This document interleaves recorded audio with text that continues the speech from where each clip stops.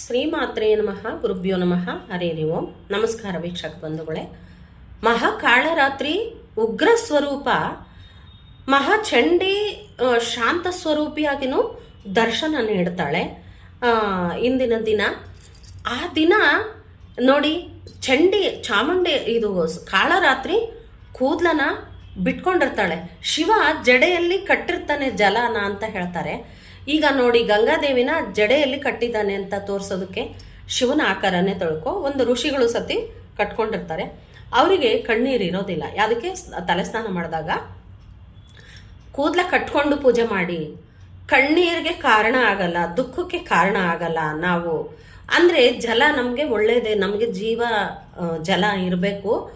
ಆದರೆ ನೋಡಿ, ಕೂದಲನ್ನ ಬಿಟ್ಕೊಂಡಾಗ ಏನಾಗುತ್ತೆ, ಜಲಪ್ರಳಯ ಬಂತು. ಎಲ್ಲ ಹೆಣ್ಮಕ್ಳು ಕೂದಲ ಚೆಲ್ಲಿ ಬಿಟ್ಟರು, ದುಡ್ಡು ಹಾಗೆ ಚೆಲ್ಲಿ ಬಿಡೋಕ್ಕೆ ಆಯಿತು. ಆ ರೀತಿ ಒಂದು ಸೂಚನೆ ಕೊಡುತ್ತೆ.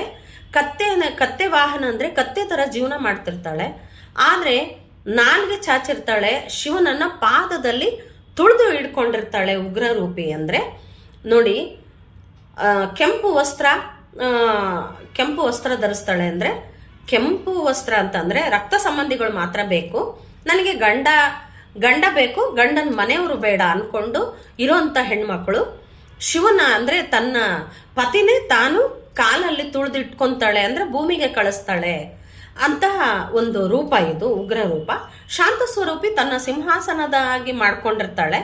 ಅಂದರೆ ಅವಳು ಗಂಡನಿಗೆ ತಗ್ಗಿ ಬಗ್ಗಿ ಬಾಳಿ ಅವಳನ್ನ ಗಂಡನ ಸಿಂಹ ಅಂದರೆ ಆಸನ ಆಗಿ ಮಾಡಿಕೊಂಡು ಶಾಂತ ರೂಪಿಯಾಗಿ ಲಕ್ಷ್ಮೀ ಸರಸ್ವತಿ ವಿಂಜಾಮರ ಬೀಸ್ತಾ ಇರ್ತಾರೆ. ಕೆಳಗಡೆ ಪಾದದಲ್ಲಿ ಬ್ರಹ್ಮ ವಿಷ್ಣುವರು ಅವಳ ಆಜ್ಞೆಗೋಸ್ಕರ ಕಾಯ್ತಿರೋಂಥ ಫೋಟೋ ನಾವು ನೋಡಿದಾಗ ಈ ಒಂದು ಅರ್ಥ ಕೊಡುತ್ತೆ ಅಂತ ಹೇಳ್ತಾ ಲೋಕ ಸಮಸ್ತ ಸುಖಿನೋ ಭವಂತು.